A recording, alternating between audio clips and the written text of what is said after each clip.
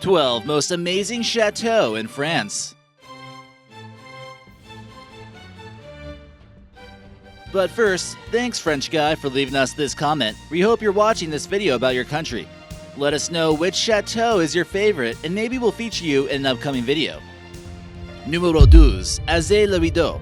There is an enormous amount of chateaux scattered throughout the country of France, and especially in the Loire River Valley, found a couple hundred miles southwest of Paris. During the 16th century, one of the most influential monarchs of France, Francois I, shifted power from Paris and into the Loire River Valley. This region became the preferred area for French upper class to spend their time during the Renaissance. The original site of Azay-le-Rideau was home to a medieval castle, but the one we see in modern times was built between 1518 and 1527.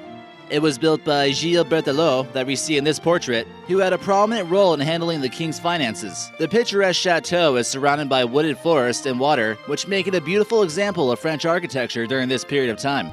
Numero 11. Chenonceau. Also located in the Loire River Valley, Chenonceau is an iconic chateau that sits on top of the river Cher.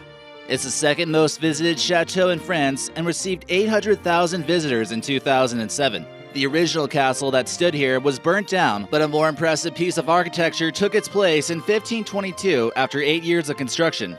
It displays an impressive mix of Gothic and Renaissance-style architecture, and it was home to many wealthy residents, including Catherine de' Medici, who was Queen of France from 1547 to 1559. While it was under her control, she added many beautiful gardens. Inside, it displays an amazing art gallery. It also features many rooms in great condition, such as the room of Francois I. The room of Catherine de' Medici is extremely well decorated and showing off incredible artwork. Numero 10. Chateau Ducs. This chateau also is a good example of Renaissance-style architecture found in the Loire River Valley. It was declared as a historical monument in 1931, but is still a privately owned building that's open to the public. It actually belongs to the descendant of the Duke that once inhabited the chateau, but he's nice enough to let people in. Due to its picturesque architecture, it inspired Walt Disney when creating the Sleeping Beauty. Inside, you can see scenes from this fairy tale with wax mannequins. It's also notable for its garden terrace where orange trees were cultivated. Numero 9. Chateau de Blois. Certainly the most notable building in the city of Blois, located halfway between the city of Tours and Orléans. Many are fascinated with the amazing detail put into this chateau, especially with the staircase and facade. The staircase that rises 5 stories is a magnificent piece of architecture that was added by Francois I. The chateau started off as a feudal castle, but it was transformed into a masterpiece during the early 16th century. Francois I spent little time here, but instructed that Blois be home to the royal library, which was then later on moved to another chateau. Here you'll also find the Chambre du Roi, which is where King Henry IV spent much of his time. There's plenty of rooms here, 564 total, with 75 staircases, making this a pretty massive chateau. Numero 8. De Sully Sur Loire. The area de Sully Sur Loire fortifies has possibly been occupied since Gallo-Roman times. It was originally intended to be a fortification to protect the Loire River in the 12th century, but major changes were made in the 17th century in order for it to be turned into a palatial estate. Buildings for farming, a church, thicker walls, and stables were introduced, making this a formidable stronghold. The fort suffered some damage during World War II, but in modern times, it's been restored and still a popular tourist attraction. Numero 7. Le Château de Langeais. Situated in the commune of Langeais in the department of Indre-et-Loire, it has a more apparent medieval architecture than some others mentioned on this list. However, it's still been occupied in both medieval times and the Renaissance, and was even home to King Louis XI. The chateau is home to numerous sieges, but most notably during the 100-Year War with the English, when they destroyed a large portion of it. In 1886, the chateau was restored and fitted with the remarkable collection of tapestries and furniture that you see here. The notable feature of this chateau is its highly decorated chimney pieces. Numero 10. Chateau Villandry. Chateau Villandry is one of the last chateaux constructed in the Loire River Valley in 1536. It's known for its elegant gardens, which are highly decorated and take up 2 acres of land. Located just a few kilometers from the city of Tours, the Renaissance-style architecture is rather clear and bears very little examples of medieval architecture besides the one tower that was used as fortification. Visitors can spend almost all day exploring the vast gardens. It was originally inhabited by the Baron Jean Le Breton, who worked several roles for Francois I. The property remained a part of the Le Breton family up until the French Revolution. It was later inhabited by the brother of Napoleon, Jérôme Bonaparte.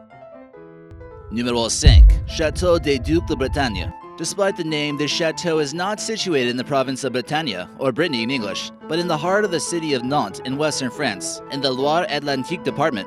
However, it was a part of Britannia up until 1941. It served as a residence for the Dukes of Brittany and is entirely surrounded by a moat. This chateau serves as a museum to visitors of Nantes currently, which hosts a variety of different exhibits. Originally built as a military fortress, that role disappeared in the late 16th century. The most notable historical event that took place here was the signing of the Edict of Nantes, which gave Protestants newly found rights at a time when France was primarily Catholic.